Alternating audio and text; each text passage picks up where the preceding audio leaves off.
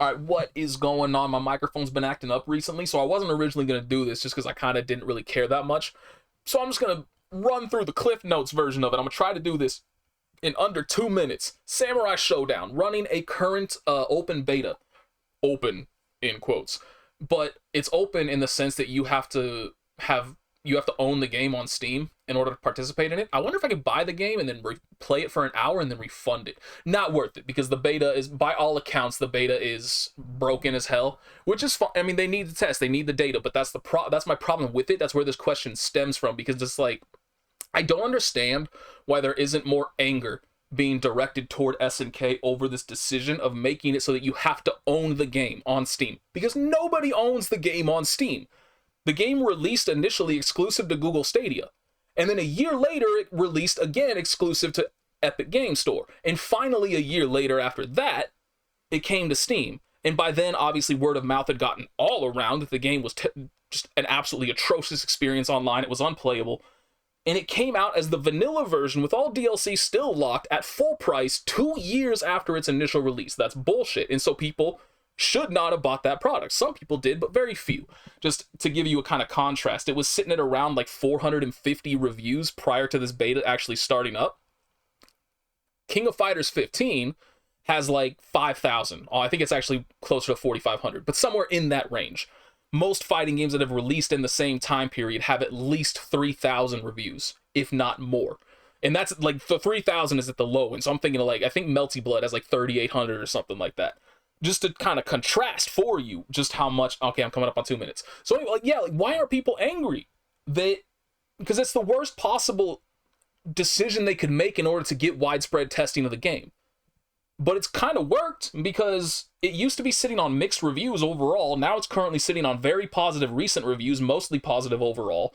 Like, people are praising this. I just do not understand it. I cannot wrap my head around it, and it bugs the hell out of me. But, like I said, I don't really want to harp on it too much, so I'm just going to move on. So the reason why I'm actually doing this is that my microphone's been acting up recently. I've lost like 5 videos, because it's really weird, because I'll start recording, you know, like right before I start recording, I look at all the sound levels to make sure everything's fine. I'm still not 100% like aware of whatever, anyway.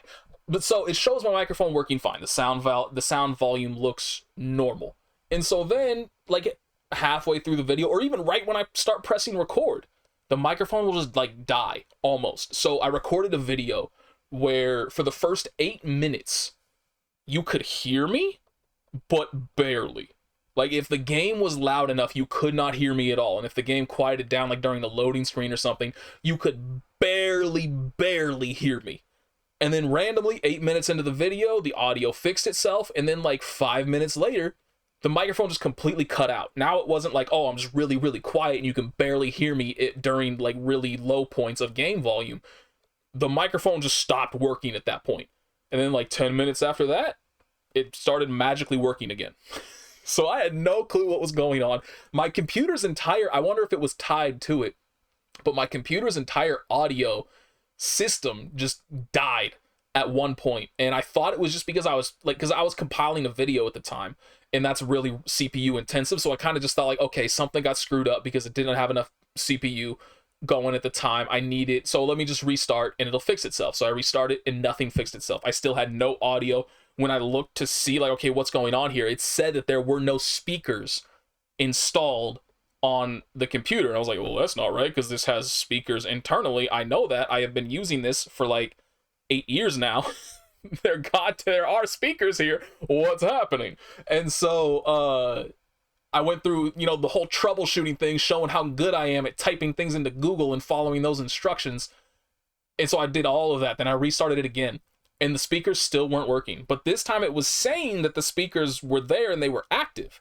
And so I plugged in a headset, and sound was coming through the headphones, but it still wasn't coming through the speakers. So I was like, is it time? Do I finally got to replace this absolute relic of technology that I'm just barely limping along with? Or can I do something else to fix it? So I went through a little bit more stuff. I restarted again, and it started, and now it's working. But so I'm wondering if the microphone troubles were tied to that. But so that's what's going on. So like I did a tournament thingy. which I'm going to redo. I've lost 3 net play videos between Blazblue and Guilty Gear, 2 Blazblue, 1 Guilty Gear, which, to be fair, it's probably for the best that I lost those, because as I mentioned in the Blazblue replay theater, I'm sitting in a different spot. And so sitting in a different, I mean, what I'm doing, I'm just sitting on my bed in L shape. That's it. I just have my back against the wall. My legs are straight out, because if I sit down for any length of time with like my knees bent in a normal sitting position, I just feel my leg tightening up. And then eventually it gets to a point where, like, I mean, I don't know if it's hindering the recovery process. I don't know what's going on there. And so I'm just like, I'm not going to sit in that chair for a single second until my leg is fixed, because I think maybe possibly it is making this recovery take longer than it should. But because of that, it forces me, if I'm trying to play on stick, my arms are in a bit of a different, I mean, everything is in a bit of a different position. And so those very minute differences cause me to be a little bit uncomfortable when doing certain motions. So my execution isn't even that good in the first place, but it becomes worse because I'm not adjusted to the new environment. And so I was dropping things. I soft rage quit, I guess. Like, I mean, to be fair, it was unlikely that I was going to win. I was playing against this Azrael player, and he was trying to reaction punish whenever I would use 2D, because anyway, that's just it. He was trying to reaction punish whenever I used 2D, and he got it the first time. And so I kind of tested him again after that, and he didn't get it that time. So I was like, okay, if I can do this, and he reacts a bit too slow, I'm going to get a fatal counter. That's a huge combo. So I was in the last round. It was 1-to-1 rounds, and he was up like 70% health to me having maybe like 20%. He had a huge advantage. But I had Spark Bolt, and he was trying to bait it with Growler, and so I threw out a 2D. He tried to react. He reacted too slow. I got a fatal counter, and then so I did the 3C, and then I missed the Atomic Collider follow-up. And so I just went, fuck this, and just held forward on my stick and let him kill me. And then I just stopped recording after that. So, like, that's kind of how that session went. So it's probably for the best overall that those types of videos the microphone wasn't working. But still, it just sucks to kind of like sit down and think, all right, I got some good, I got something, I can do something with this, right? Even if it's just clips, or if I can edit a video together like the other ones, like those other videos that I released the edited versions of, those were from like 4 separate sessions, 2 Guilty Gear, 2 Blazblue, and I just didn't well, number one, there was a lot of downtime in all of them, and so like I don't want to keep that in there. But so I just figured, like, these matches aren't good enough to post the full matches. So let me, or at least in terms of Blazblue, like, I think I don't like one-sided matches. And so if you look at that video, the matches against that S/9 player were, I mean, you probably tell pretty clearly that those were very one-sided against me. And then everybody else that I played was very one-sided for me. At least not necessarily against the Mai. When they were using Platinum, they clearly weren't familiar with the matchup, because I do think Platinum wins that matchup decently well, but the player wasn't playing Platinum the way you need to in order to beat Tager. So they just weren't familiar with the matchup. And so then they switched to Mai, which is a significantly worse matchup, and they still were clearly not familiar with it. And so I was winning the first couple of matches pretty handily. And then that part that's in the video happened where it's like the host returned to the room, which I still don't fully understand why that body, like, I get it. I don't really get it, but I kind of get it if it's like a match/spectate room, where if the host is just like, I'm out, peace, then it forces the game to stop. But if it's a free-for-all room, why do they have that power? Why can they do that? Just confused the hell out of me, kind of threw me off my game. And so it started to slide a bit downhill from there. The Mai started winning more matches. And then in the very last match, kind of the same thing happened. I screwed up like 360 either punishes or reads in a row, all of which would have won me the match. And I missed all 3 of them. And so I still distinctly remember yelling, I'm a grappler that can't grapple, god damn it, and then I just stopped recording. So, like, probably, again, for the best that I was having microphone issues during because it's just been like that, kind of, recently, where it's all my own fault. Like, I'm not really, because whenever I say, so like, oh man, this game sucks, I don't actually mean it. I wouldn't still be playing the game if I thought the game genuinely sucked. But yeah. Anyway, I don't know why I'm going on that long about that. But so far, as I can tell, the microphone's been working properly, because the reason why I'm doing a Nate Talks is because I don't have to watch anything. I can just sit here and stare at my computer screen and make sure that the microphone isn't losing all of its volume out of nowhere for no good goddamn reason. So one final thing, maybe I'll think of something else. Why is King of Fighters 15 popping off right now? Like, I know it's on sale, but like, the amount that it's popping off, it's been, every single time that I've looked, it's been sitting at somewhere between like 1,500 to 2,000 concurrent players. And so when I saw that, I was like, God damn, like, why? Am I missing something? Did they make some big patch to the game? Like, what the hell is going on? So I patched my PC version of the game and I hopped online, and it doesn't seem... I mean, obviously it could very well just be that all of those players are from outside my region, so that's why I'm not seeing them. But I hopped online just to see, and I sat for like 10 minutes in the casual match queue, which, to be fair, I don't really expect to find matches there to begin with. Like, that's going to be the least played version of online by far. But then I sat for another 10 minutes in the ranked queue without finding a single match. And then I checked the player match rooms, and there were only 3 available, with a total of 5 people in those 3 lobbies. And so, like, where are all those people? You know, like, it's cool to see it that high up in the list, to see that many people currently playing it, but, like, where are they?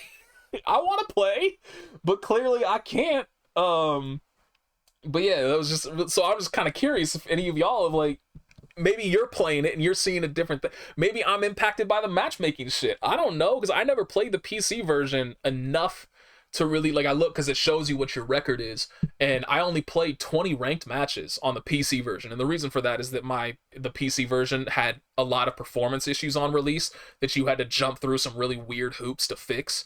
And I was just like, yeah, I'm not going to do that. So I got the PS4 version instead. So I never really played enough to be able to tell if I was impacted by the matchmaking thing on PC.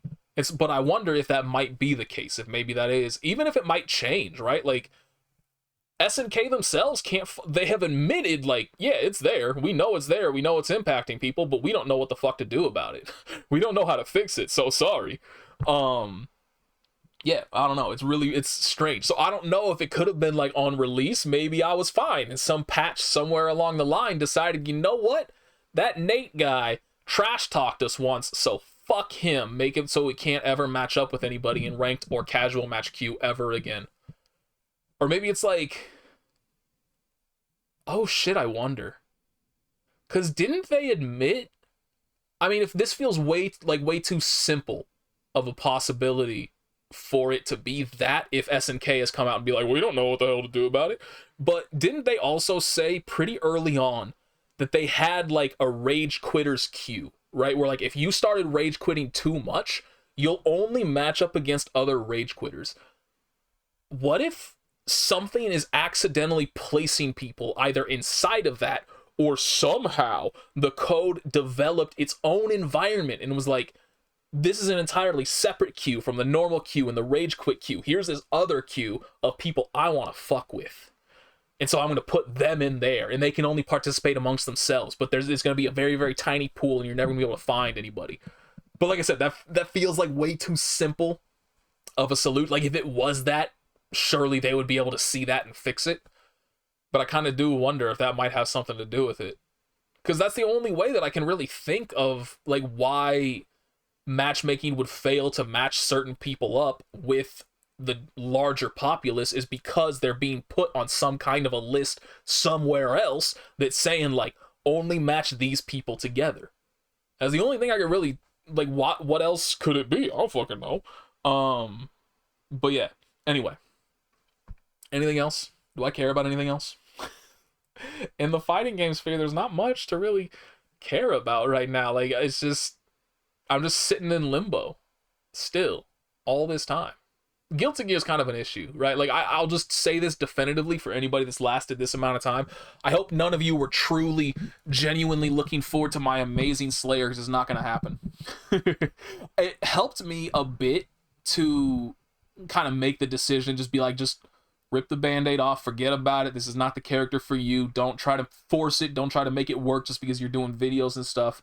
The reason why is that I kind of equate it in the same way that I equate Hakumen in Blazblue, where like, I love these characters. I love watching these characters, but their playstyle is not for me.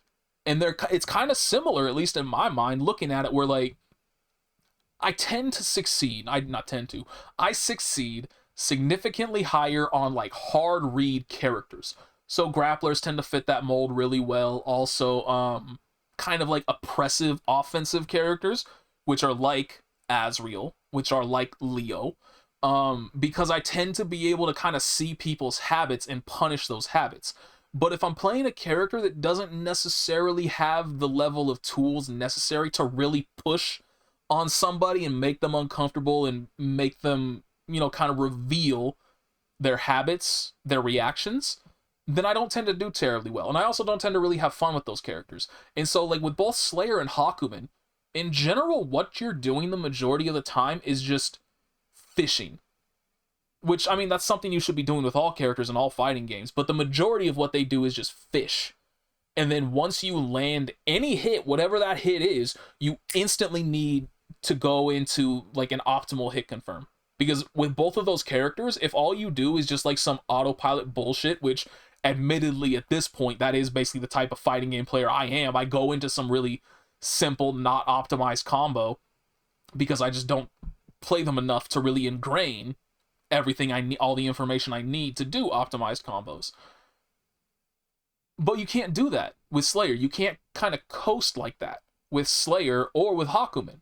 You have to make every single hit count. That's the entire point of the character. And so with Tager, it's like, all right, if I do this hit confirm, and I do, you know, like the good B&B, not the best, but a good solid B&B that's above like a day one combo, but it's not, you know, I'm a professional Blazblue player combo, I might be sacrificing like 200, 300 damage, if that. You know, like very small amounts. That may come into play, that may be relevant, and it may cost me a match at some point, but very rarely. Not going to happen that often. On the flip side, if you look at both Hakumen and Slayer, the difference between an okay combo with them and an optimized combo is generally like double the damage, if not even more. It's huge. And I just don't really enjoy the playstyle of kind of like, I'm gonna just fish for hits, and eventually once I get a hit, whether that hit is just a normal hit or a counter hit or whatever, now I need to instantly hit confirm it perfectly and get the most damage I can out of this. And if you don't, your life sucks. That's just not a playstyle that I jive with. I just do not enjoy it. And so unfortunately, Slayers is not going to work out for me. And Keon, you even, man, I don't know if you got a third eye open or what, when I posted the introductory video that kind of explained the concept of what I was going to do to pick a main, his comment was, I don't think you're going to like Slayer, man. And I was just like, wait a minute. Why do you single out of all the characters, why do you manage to single out Slayer? Because at that point, I already knew who had won. I did everything else first before I did, or at least when I posted the video, because that one I had to, you know, edit all the stuff together, find the footage for like posting the character, like these people are gonna play against these people, that kind of thing. I had to edit that all together. So like I recorded the audio before I knew who had won, but by the time I posted that video, I had already recorded all the other matches and I knew who had won at that point. So I'm just like, how the hell does this man single out Slayer like that? Does he know? How does he know? But you were also right. You were very right. Slayer's just not my boy. It's just kind of unfortunate because a lot of the characters that I do know would be my boys are just for some because I actually kind of have a sinking feeling that Venom wouldn't be. That as much as I love Venom, I would not get along with the playstyle. I don't know, and I'll never know because I'm never going to put the effort required to learn that character. But you have characters like Chip. I know I'd love Chip, but that boy's too stressful. You gotta be on crack the entire damn time if you want to be playing that man. I can't do it. Then you have Jam, who I would also probably really enjoy playing. But the prospect of sitting there and listening to that character for hours Nah, I'm solid. I'm good. Potemkin is another character. I know I'd like him because he's just a better version of Tager, even though is he considered the worst character in the game still?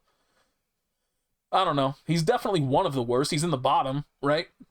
And the only reason, and he's actually, I would say, without the ability to do 6K loops, he must be the worst character in the game. If you can do those, or even if you can do the scuffed versions of those, but just being able to do those probably puts him like bottom 3, but maybe not necessarily the worst character in the game. But if you're like me and you can't, definitely the worst character in the game. But so that's the main issue. I'm looking at having to learn one very specific execution mechanic that would only help me for this one character that now, thanks to Guilty Gear Strive, I know will never be useful in the future as well.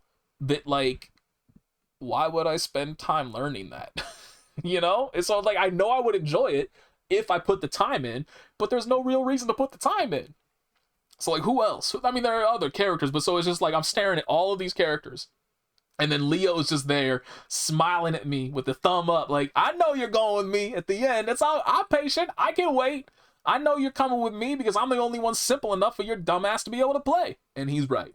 Well, I think Jam's not that hard. In fact, Jam might even be easier, I don't know, than Leo. Would she be on the same level? Whatever. Who cares? But yeah. So Slayer's dead. He's especially dead because I wonder if... I mean, I was going to say, like, yeah, no. I don't know. I was going to wonder if there's actually any real possibility of him winding up in Strive. Because I know there's been... When I saw... I forgot for a while, actually. I completely forgot they'd even put Sin in the game. But for some reason, Twitch really wants me to watch Guilty Gear Strive. I don't know why, because I never have watched Guilty Gear Strive. But so when you go, like, when you just go to the website and it shows you, like, here are the channels we recommend for you specifically. Like, almost always they show, like, 4 channels right there. At least one of them will be somebody streaming Guilty Gear Strive. Usually it's either Sajam or Kizzy K. But it's occasionally other people as well. And sometimes it's all 4 of them. It's like, I've never watched Guilty Gear Strive. I never will watch Guilty Gear Strive. Leave me alone. But I also don't want to just say, like, don't recommend me this channel, because I don't have anything against them. I just have something against the game they're playing, and I don't want to watch that game. So, like, I don't want to just say, I don't want to just use the tool available to me to kick it off. And there's nothing, as far as I'm aware, there's nothing that you can use. It's like, don't recommend me this game. I might be wrong on that, but I don't think there is. But so anyway, all that aside, the reason why I remembered that Sin was there was because once again it recommended me Kizzy K's stream, and either he was playing Sin or he was playing against somebody that was using Sin, because the little still frame that it was showing for like a preview of what's going on was Sin's victory screen.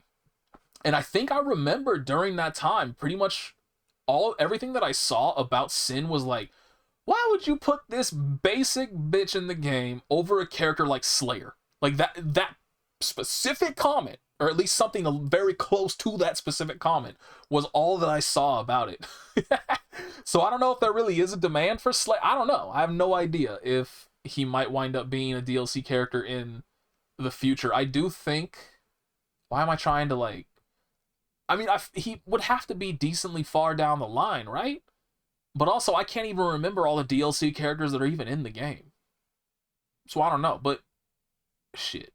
Was Happy Chaos... See, once again, I'm showing my ignorance overall. Was Happy Chaos the last original character that's... Because surely that means, if my memory of that is correct, if Happy Chaos was, like, the last new character to come to Strive, surely that must be coming up soon. Another brand new original character. And then... Like, who else would you... I don't know why I'm sitting here racking my brain overall. Because, like, personally, I still think, even though it wouldn't cause me to play the game, it still baffles me a little bit why they haven't put Kliff in the game. I mean, to be fair, from what you guys have told me, Kliff died in the story. But I've never really tracked with that. I don't give a shit about this. Like, he doesn't have to show up again in the story. Just put him in the game. He's a cool-ass character, you know? And I feel like out of all the characters that have existed in the entirety of Guilty Gear, Kliff is one you would barely have to change to make him fit in Strive. Like, he was already a massively simple character in contrast to the rest of the cast, which is probably one of the reasons why he's one of the lowest on the tier list. But still, like, it's so easy to translate his kit into Strive. Like, why not, man? He's a cool-ass character. But, anyway. So what else is coming up fighting game-wise?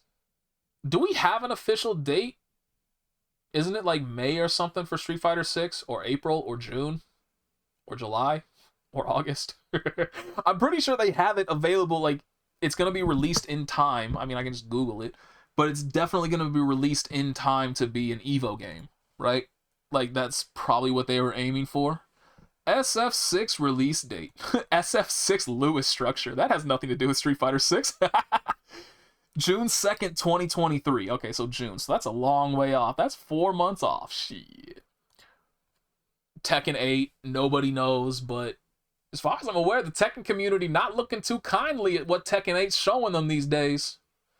Project L is probably going to be even further away than Tekken 8. New Uni, still have not heard nothing. How long ago was that? I mean, that was basically when Melty Blood released, right? So let me actually go look at when Melty Blood's release date was. Because it was basically around that time. Where are you? September 2021, the end of September. But that was around the time that a dev came out and was like, hey man, yeah, we're starting work on a new Under Night. Which, to be fair, not even a year and a half, that's really not enough time for them. Especially if if they're trying a new engine, which I think they should do.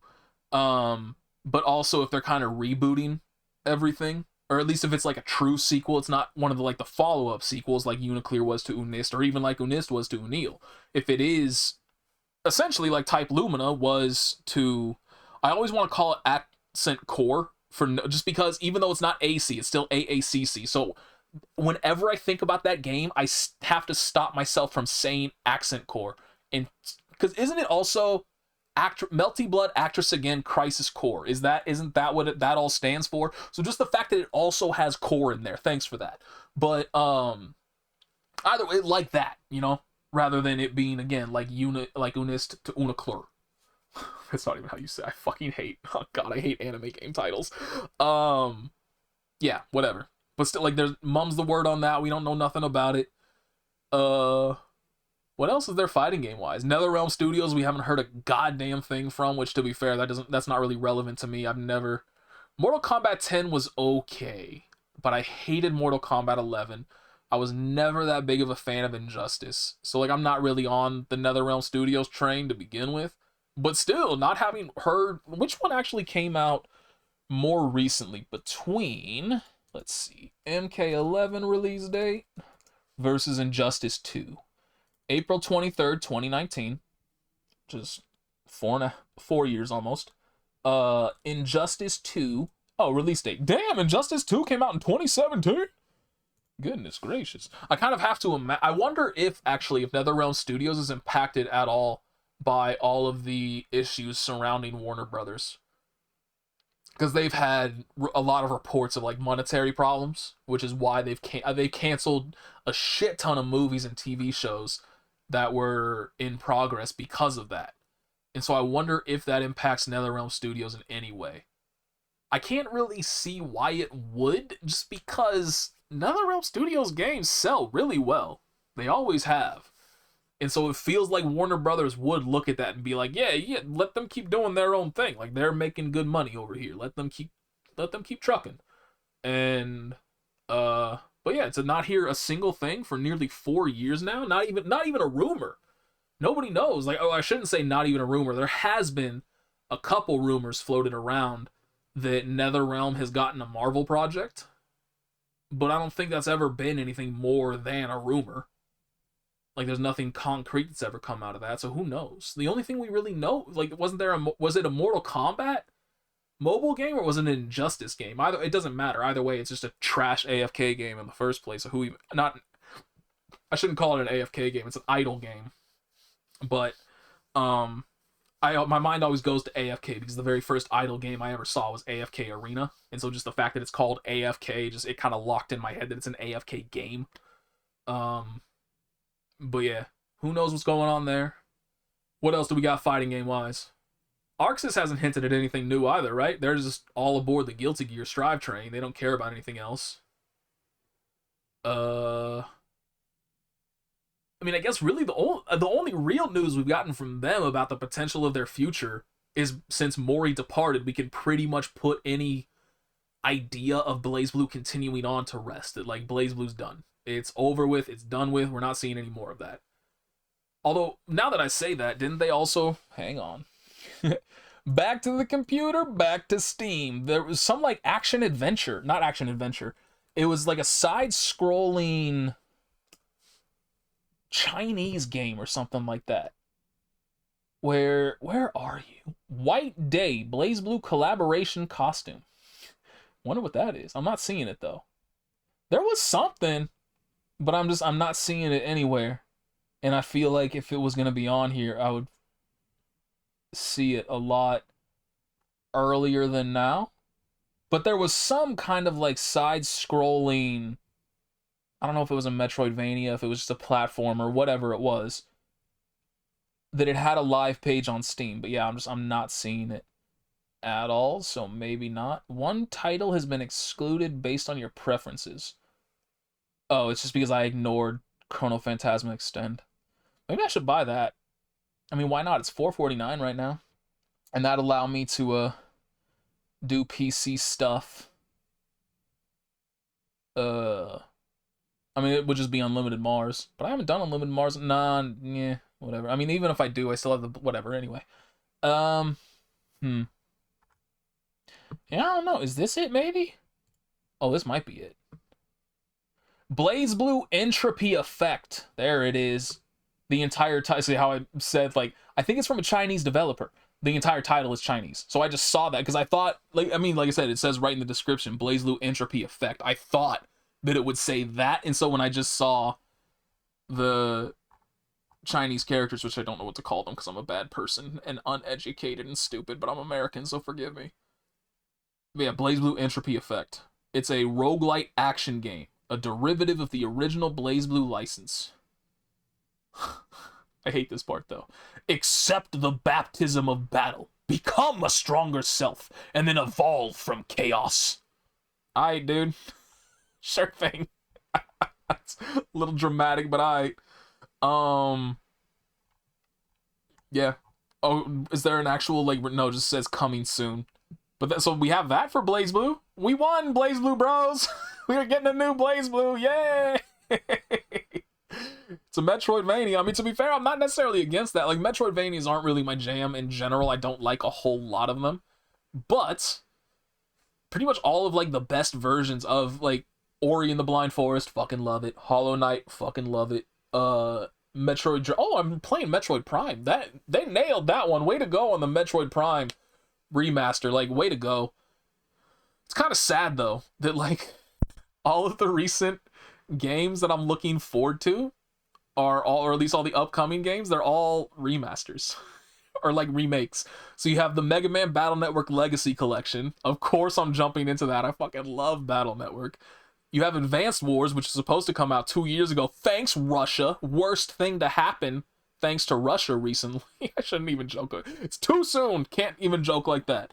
But if you're not aware, the Advanced Wars, what do they even call it? I don't know. But it's the original 2 Advanced Wars games repackaged for the Switch. And it got delayed because there's a Russian element. I think, in fact, isn't one of the villains Russian in that game, and so because the Russia-Ukraine thing started popping off, they were like, ooh, bad time to release this, let's just go ahead and delay it, and so it's finally gonna release soon-ish. But so I'm looking at that, I'm looking at, what else am I even caring about? Like, game-wise, I don't think there's anything. Let me, like, go Google this real quick. Upcoming video games. I actually don't think... Oh, Wolong Fallen Dynasty. I'm interested in that. That's a new kind of like spiritual successor to Neo. I don't know. I think it's more of like how Neo was kind of Team Ninja's answer to Dark Souls. Wo Long, I think, is basically their answer to Sekiro. I think. Like, if you want to compare and contrast that. But you also got Octopath Traveler 2, which, I mean, the original Octopath Traveler was fairly flawed story-wise, but the game itself was mad fun. All the new video games launching in 2023. Let's go here. Because the other one was kind of One Piece Odyssey that's already out and we don't care about it. What else? Okay, February. Here we go. Nope, nothing. Oh, Like a Dragon Ishin would probably be pretty fun. That's coming February 21st. But that's also a remake, isn't it? Let's see. What? Metroid Prime Remake, February 22nd. That's already out. This must be really old. I guess nothing else. Oh, Octopath Traveler 2 is supposed to come out later this month. And then Wo Long is early March. So that's cool. So I guess Wo Long, that's an original game coming soon. Mega Man Battle Network Legacy Collection in April. That's what it's called. Reboot Camp is what the Advance Wars. That's coming out April 21st, so a week after. But there's nothing else. Oh, wait. Star Wars Jedi Survivor. Is that the follow-up? That must be the follow-up, the sequel to Fallen Order? I'm into that. Fallen Order was fun. Ran like absolute trash on the PS4, but I have a PS5 now, so we're good. That game was so horrific. In terms of its performance on the PS4, it was bad. Okay, so then we have Street Fighter 6 in June. Nothing else that I really care about. Like Final Fantasy 16, maybe, but Final Fantasy 15 on release was trash. It was one of those games that got a lot better if you bought it like a year after its release, and I've never gone back to it and tried it. But yeah, originally that game was bare bones as a hell, and it sucked. It also pretty much required, like, if you wanted to get anything worthwhile out of the story, it pretty much required you to watch, like, it had a separate it had an anime series that I think was on Netflix. It had, like, a 30-minute long short video also that was, like, it was animated, but it wasn't anime. Which sounds really stupid now that I say that out loud, but I hope you kind of get my point. It was CGI. It wasn't, like, kind of what you would expect out of an anime.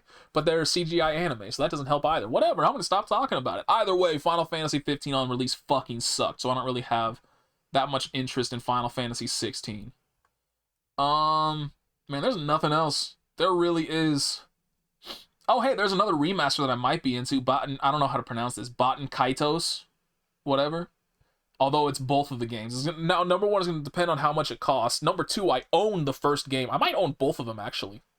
But I definitely own the first game on GameCube. So I could always just bust out my Wii. All these years later, I still can't not, like, giggle a little bit at the name of the fucking console. But I still own the GameCube version of Batten Kaitos 1, at least. I remember, if I don't own it, I might, but I can't see from here. I can't see my shelf. But I just remember playing the second one for a little bit, and it was really different, and I was not into it in any way, shape, or form in comparison to the first one. But still, depending on the cost, I'd be into it, but as mentioned, it's another remaster. Oh, Hollow Knight Silksong will definitely be into that, but that doesn't have... Who even knows if that's actually going to come out? That's been weird recently. Games expected in 2023 with no launch date. Alright, what are we looking at? Armored Core 6, just because it's from Software, but I've never played another Armored Core, so I don't really know what to expect, but I definitely miss mech games. I can't remember... Like, I think the last mech game I played was probably Mech Assault, like, 3 or something on the original Xbox. It's been ages, but mech game, like the Mech Assault games, dude, those were so fun. Damn, that was fun. I also remember there was another game, I can't remember the title of it, but it required you to buy, it was like $200, and at the time when it came out, I was still a teenager, I didn't have a job yet, so of course I couldn't afford it, but like, it was a $200 game that came with a massive controller that was basically supposed to be like a control panel if you were inside of the mech. I think it was called like Steel something. But like, I remember when I saw that, I was like, oh I want it so much, but it costs so much. But I really remember wanting that. Dude, come out with, now that I can actually buy something like that, can you, somebody, you know, get on that, make another game like that, please and thank you. Let's see. Lollipop Chainsaw remake? Why? Are people really in to Lollipop Chainsaw? Again, why? I mean, there's genuinely nothing here. Oh, here's another remaster, Suikoden 1 and 2, but that's from Konami, and I don't trust Konami in the slightest. Yeah, there's really genuinely, out of all these titles, like 90% of the ones that I mean, I'm not even interested in 99% of the games that are on this list, but of the ones that I am, like 90% of them are remakes or remasters. That's just sad. Damn. Okay. Well, anywho, I'm done talking now. I've rambled on for long enough. To my knowledge, the microphone has been working properly this entire time. I was talking for 41 minutes. That's my bad. I'm just going to leave. Thank you all for everybody that's paid attention this entire time. God damn. See ya.